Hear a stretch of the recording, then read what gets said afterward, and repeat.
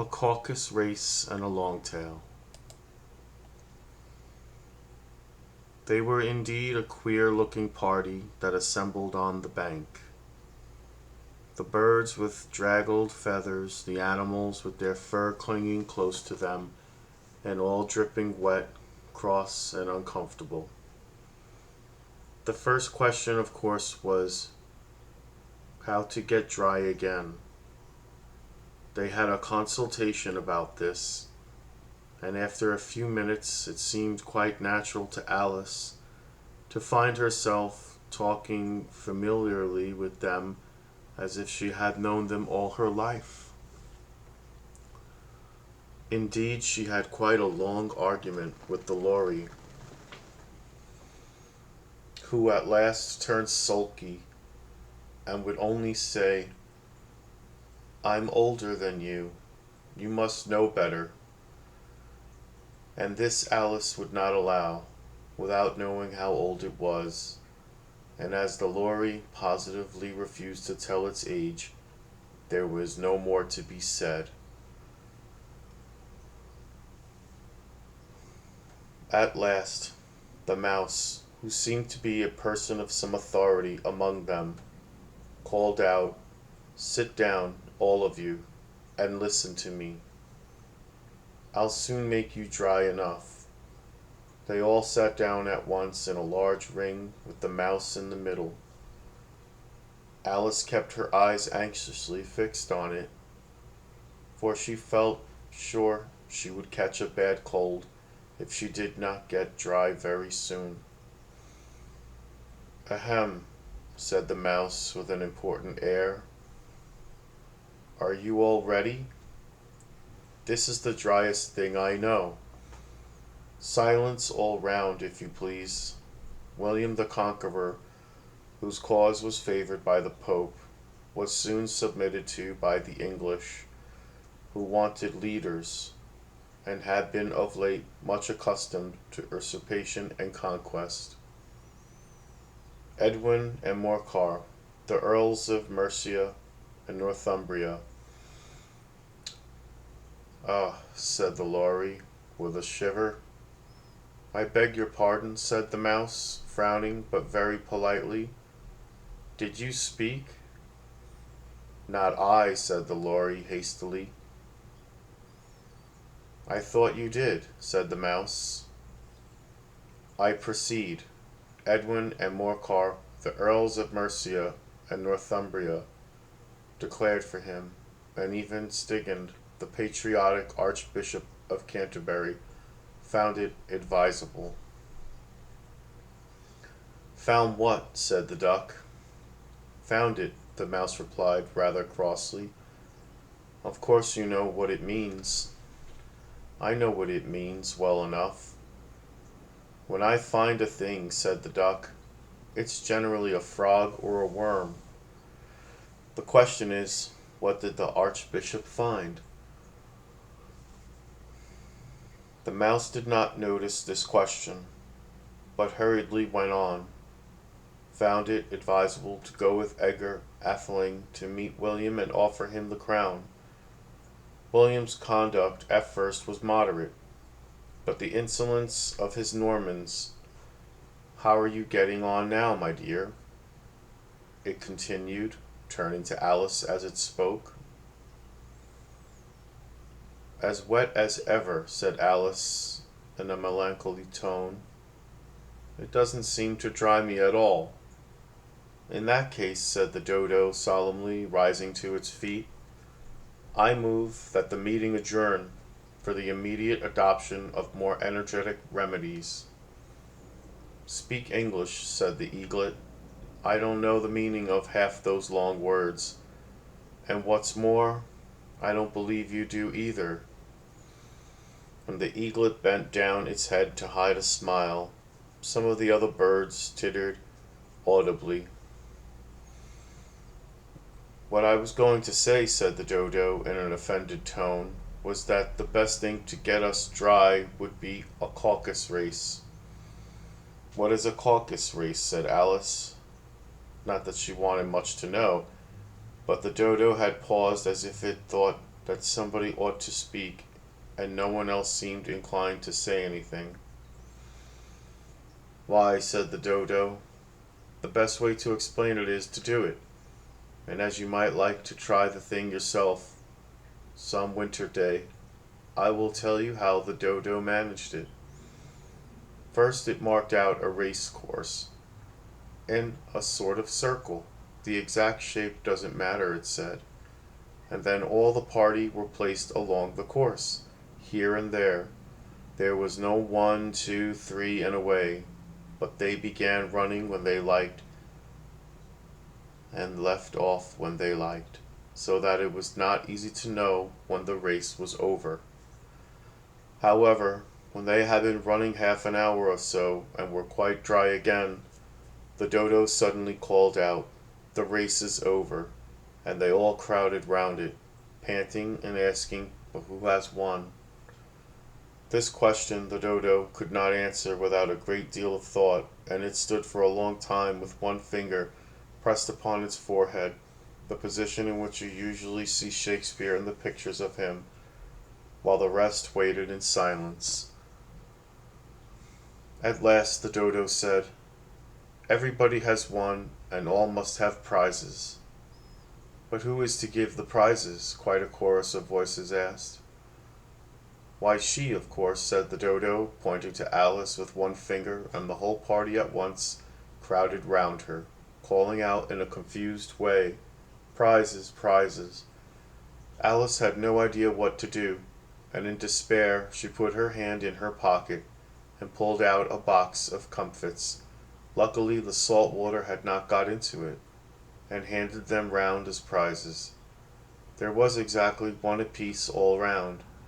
'But she must have a prize herself, you know,' said the Mouse. 'Of course,' the Dodo replied very gravely. 'What else have you got in your pocket?' It went on, turning to Alice. 'Only a thimble,' said Alice sadly. 'Hand it over here,' said the Dodo. Then they all crowded round her once more, while the Dodo solemnly presented the thimble, saying, 'We beg your acceptance of this elegant thimble.' And when it had finished this short speech, they all cheered.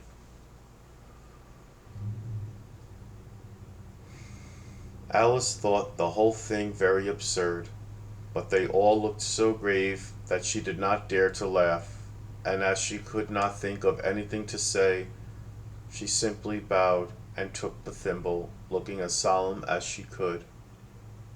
The next thing was to eat the comfits. This caused some noise and confusion, as the large birds complained that they could not taste theirs, and the small ones choked and had to be patted on the back.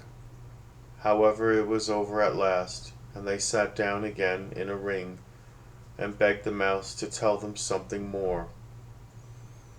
'You promised to tell me your history, you know,' said Alice, 'and why it is you hate C and D,' she added in a whisper, half afraid that it would be offended again. 'Mine is a long and a sad tale,' said the Mouse, turning to Alice and sighing. 'It is a long tale, certainly,' said Alice, looking down with wonder at the Mouse's tail. 'But why do you call it sad?' And she kept on puzzling about it while the Mouse was speaking, so that her idea of the tale was something like this. Furry said to a mouse that he met in the house, 'Let us both go to law. I will prosecute you. Come, I'll take no denial. We must have a trial. For really, this morning, I've nothing to do.' Said the Mouse to the Cur, 'Such a trial, dear sir, with no jury or judge, would be wasting our breath. I'll be judge, I'll be jury,' said cunning old Furry. 'I'll try the whole cause, and condemn you to death.' 'You are not attending,' said the Mouse to Alice severely. 'What are you thinking of?' 'I beg your pardon,' said Alice very humbly. 'You had got to go to the fifth bend.' 'I think I had not,' cried the Mouse, sharply and very angrily. 'A knot,' said Alice, always ready to make herself useful, and looking anxiously about her. 'Oh, do let me help to undo it. I shall do nothing of the sort, said the mouse, getting up and walking away. You insult me by talking such nonsense. I didn't mean it, pleaded poor Alice. But you're so easily offended, you know. The mouse only growled in reply. Please come back and finish your story, Alice called after it, and the others all joined in chorus. Yes, please do. But the mouse only shook its head impatiently and walked a little quicker. What a pity it wouldn't stay, sighed the Lory as soon as it was quite out of sight, and an old crab took the opportunity of saying to her daughter, Ah, my dear, let this be a lesson to you, never to lose your temper. Hold your tongue, Ma, said the young crab, a little snappishly. You're enough to try the patience of an oyster. I wish I had our Dinah here. I know I do, said Alice aloud, addressing nobody in particular. She'd soon fetch it back. And who is Dinah, if I might venture to ask the question, said the Lory. Alice replied eagerly, for she was always ready to talk about her pet. Dinah's our cat, and she's such a capital one for catching mice, you can't think. And oh, I wish you could see her after the birds. Why, she'll eat a little bird as soon as look at it. This speech caused a remarkable sensation among the party. Some of the birds hurried off at once. One old magpie began wrapping itself up very carefully, remarking, I really must be getting home. The night air doesn't suit my throat. And a canary called out in a trembling voice to its children, Come away, my dears. It's high time you were all in bed. On various pretexts they all moved off, and Alice was soon left alone. I wish I hadn't mentioned Dinah, she said to herself in a melancholy tone. Nobody seems to like her down here, and I'm sure she's the best cat in the world. Oh, my dear Dinah, I wonder if I shall ever see you any more. And here poor Alice began to cry again, for she felt very lonely and low-spirited. In a little while, however, she again heard a little pattering of footsteps in the distance, and she looked up eagerly, half hoping that the mouse had changed his mind and was coming back to finish his story.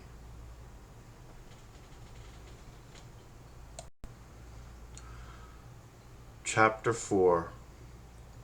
The Rabbit Sends in a Little Bill.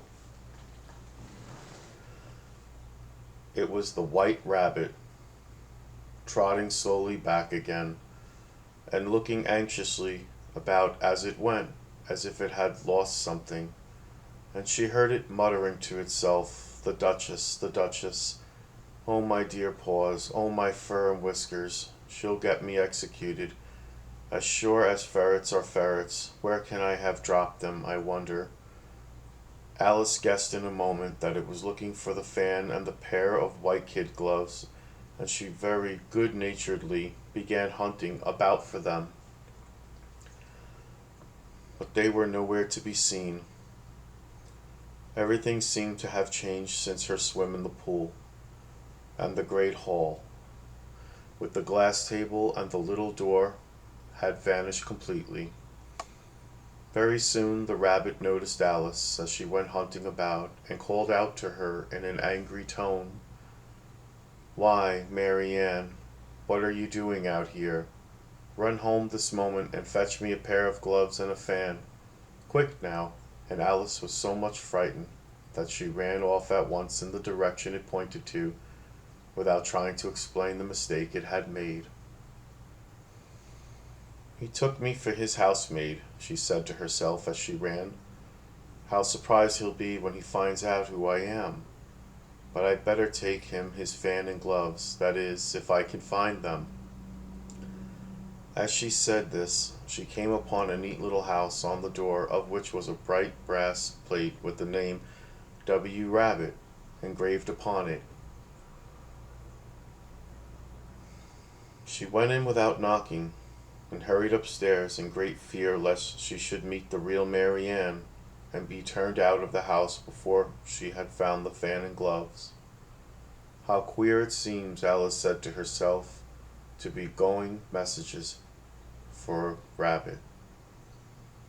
I suppose Dinah'll be sending me on messages next. And she began fancying the sort of thing that would happen. Miss Alice, come here directly and get ready for your walk. Coming in a minute, nurse. But I've got to watch this mouse hole till Dinah comes back and see that the mouse doesn't get out. Only I don't think, Alex went on, that they'd let Dinah stop in the house if it began ordering people about like that. By this time she had found her way into a tidy little room with a table in the window, and on it, as she had hoped, a fan and 2 or 3 pairs of tiny white kid gloves. She took up the fan and a pair of the gloves, and was just going to leave the room, when her eye fell upon a little bottle that stood near the looking-glass. There was no label this time with the words, "Drink me," but nevertheless she uncorked it and put it to her lips. I know something interesting is sure to happen, she said to herself, whenever I eat or drink anything, so I'll just see what this bottle does. I do hope it'll make me grow large again, for really I'm quite tired of being such a tiny little thing. It did so indeed, and much sooner than she had expected. Before she had drunk half the bottle, she found her head pressing against the ceiling and had to stoop to save her neck from being broken. She hastily put down the bottle, saying to herself, "That's quite enough. I hope I shan't grow any more. As it is, I can't get out at the door. I do wish I hadn't drunk quite so much." Alas, it was too late to wish that. She went on growing and growing, and very soon had to kneel down on the floor. In another minute there was not even room for this, and she tried the effect of lying down with one elbow against the door, and the other arm curled round her head. Still she went on growing, and as a last resource she put on one arm out of the window and one foot up the chimney, and said to herself, "Now I can do no more, whatever happens. What will become of me?" Luckily for Alice, the little magic bottle had now had its full effect, and she grew no larger. Still it was very uncomfortable, and as there seemed to be no sort of chance of her ever getting out of the room again, no wonder she felt unhappy. It was much pleasanter at home, thought poor Alice, when one wasn't always growing larger and smaller and being ordered about by mice and rabbits.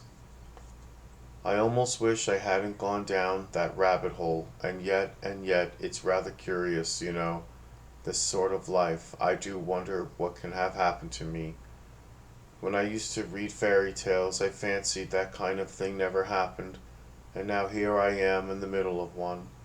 There ought to be a book written about me, that there ought, and when I grow up, I'll write one. But I'm grown up now," she added in a sorrowful tone. "At least there's no room to grow up any more here." But then, thought Alice, shall I never get any older than I am now? That'll be a comfort one way. Never to be an old woman, but then always to have lessons to learn. Oh, I shouldn't like that. "Oh, you foolish Alice," she answered herself. "How can you learn lessons in here? Why, there's hardly room for you, and no room at all for any lesson books." And so she went on, taking first one side and then the other, and making quite a conversation of it altogether. But after a few minutes she heard a voice outside and stopped to listen. "Mary Ann," said the voice, "fetch me my gloves this moment." Then came a little pattering of feet on the stairs. Alice knew it was the rabbit coming to look for her, and she trembled till she shook the house, quite forgetting that she was now about 1,000 times as large as the rabbit, and had no reason to be afraid of it. Presently the rabbit came up to the door and tried to open it, but as the door opened inwards, and Alice's elbow was pressed hard against it, that attempt proved a failure. Alice heard it say to itself, "Then I'll go round and get in at the window." "That you won't," thought Alice, and after waiting till she fancied she heard the rabbit just under the window, she suddenly spread out her hand and made a snatch in the air. She did not get hold of anything, but she heard a little shriek and a fall, and a crash of broken glass, from which she concluded that it was just possible it had fallen into a cucumber frame or something of the sort. Next came an angry voice, the rabbit's, "Pat, Pat, where are you?" And then a voice she had never heard before, "Sure then I'm here, digging for apples, your honor." "Digging for apples indeed," said the rabbit angrily. "Here, come and help me out of this." Sounds of more broken glass. "Now tell me, Pat, what's that in the window?" "Sure, it's an arm, your honor," he pronounced it. An arm, you goose. Whoever saw one that size? Why, it fills the whole window." "Sure it does, your honor, but it's an arm for all that." "Well, it's got no business there at any rate. Go and take it away." There was a long silence after this, and Alice could only hear whispers now and then, such as, "Sure, I don't like it, your honor, at all, at all. Do as I tell you, you coward." And at last she pressed out her hand again, and made another snatch in the air. This time there were two little shrieks, and more sounds of broken glass. "What a number of cucumber frames there must be," thought Alice. "I wonder what they'll do next. As for pulling me out of the window, I only wish they could. I'm sure I don't want to stay in here any longer." She waited for some time without hearing anything more. At last came a rumbling of little cartwheels, and the sound of a good many voices, all talking together. She made out the words, "Where's the other ladder? Why, I hadn't to bring but one. Bill's got the other. Bill, fetch it here, lad. Here, put 'em up at this corner. No, tie 'em together. First they don't reach half high enough yet. Oh, they'll do well enough. Don't be particular here, Bill. Catch hold of this rope. Will the roof bear? Mind that loose slate. Oh, it's coming down. Heads below." A loud crash. "Now, who did that? It was Bill, I fancy, who's to go down the chimney." "Nay, I shan't you do it." "That I won't then. Bill's got to go down. Here, Bill, the master says you've got to go down the chimney." "Oh, so Bill's got to come down the chimney, has he?" said Alice to herself. "Why, they seem to put everything upon Bill. I wouldn't be in Bill's place for a good deal. This fireplace is narrow, to be sure, but I think I can kick a little." She drew her foot as far down the chimney as she could, and waited till she heard a little animal, she couldn't guess of what sort it was, scratching and scrambling about in the chimney close above her. Then, saying to herself, "This is Bill," she gave one sharp kick, and waited to see what would happen next. The first thing she heard was a general chorus of "There goes Bill," then the rabbit's voice alone, "Catch him, you by the hedge."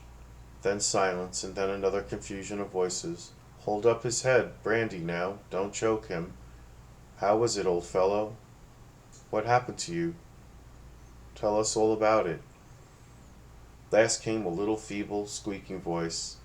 "That's Bill," thought Alice. "Well, I hardly know. No more, thank ye, I'm better now. But I'm a deal too flustered to tell you. All I know is, something comes at me like a jack-in-the-box, and end up, I goes like a skyrocket." "So you did, old fellow," said the others. "We must burn the house down," said the rabbit's voice, and Alice called out as loud as she could, "If you do, I'll set Dinah at you." There was a dead silence instantly, and Alice thought to herself, "I wonder what they will do next. If they had any sense, they'd take the roof off." After a minute or two, they began moving about again, and Alice heard the rabbit say, "A barrelful will do, to begin with." A barrelful of what, thought Alice, but she had not long to doubt, for the next moment a shower of little pebbles came rattling in at the window, and some of them hit her in the face. "I'll put a stop to this," she said to herself, and shouted out, "You'd better not do that again," which produced another dead silence. Alice noticed, with some surprise, that the pebbles were all turning into little cakes as they lay on the floor, and a bright idea came into her head. "If I eat one of these cakes," she thought, "it's sure to make some change in my size, and as it can't possibly make me larger, it must make me smaller, I suppose." So she swallowed one of the cakes and was delighted to find that she began shrinking directly. As soon as she was small enough to get through the door, she ran out of the house, and found quite a crowd of little animals and birds waiting outside. The poor little lizard, Bill, was in the middle, being held up by two guinea pigs, who were giving it something out of a bottle. They all made a rush at Alice the moment she appeared, but she ran off as hard as she could, and soon found herself safe in a thick wood. "The first thing I've got to do," said Alice to herself as she wandered about in the wood, "is to grow to my right size again. And the second thing is to find my way into that lovely garden. I think that will be the best plan." It sounded an excellent plan, no doubt, and very neatly and simply arranged. The only difficulty was that she had not the smallest idea how to set about it, and while she was peering about anxiously among the trees, a little sharp bark just over her head made her look up in a great hurry. An enormous puppy was looking down at her with large round eyes, and feebly stretching out one paw trying to touch her. "Poor little thing," said Alice in a coaxing tone, and she tried hard to whistle to it.